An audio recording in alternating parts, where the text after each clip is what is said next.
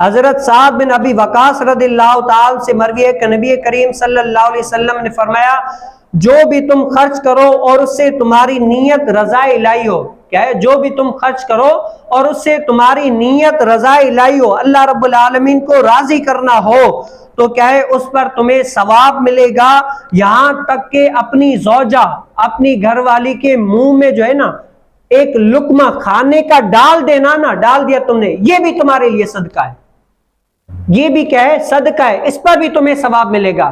اب کھانا تو کھانا ویسے ہی ہے، تمہیں راشن جو ہر مہینے لاتے ہو لانا بھی ویسے ہی ہے، کپڑے دلانا بھی ویسے ہی دلانا ہے، لیکن کیا ہے؟ شریعت کا اصول ہماری دیکھیں کتنی تو خوبصورت ہماری شریعت ہے کہ تم یہاں تک لا رہے ہو، سب کچھ دے رہے ہو، اگر اس میں تمہاری نیت کیا ہے؟ اللہ رب العالمین کی رضا کی ہے، اللہ رب العالمین کو راضی کرنے کی ہے۔ مالک تم نے مجھے مال دیا ہے، پیسہ دیا ہے، میں اپنے گھر بار کو، بیوی بچوں کو کھلا رہا ہوں، پلا رہا ہوں، اے مالک تمہارا حکم ہے اسی لیے میں کھلا رہا ہوں، اے مالک تمہاری رضا پر راضی رہتے ہوئے میں یہ جو کام کر رہا ہوں تیرا حکم ہے، اس حکم کو بجا لاتے ہوئے یہ کام کر رہا ہوں، اے مالک اس کے ذریعے سے بھی مجھے ثواب دینا۔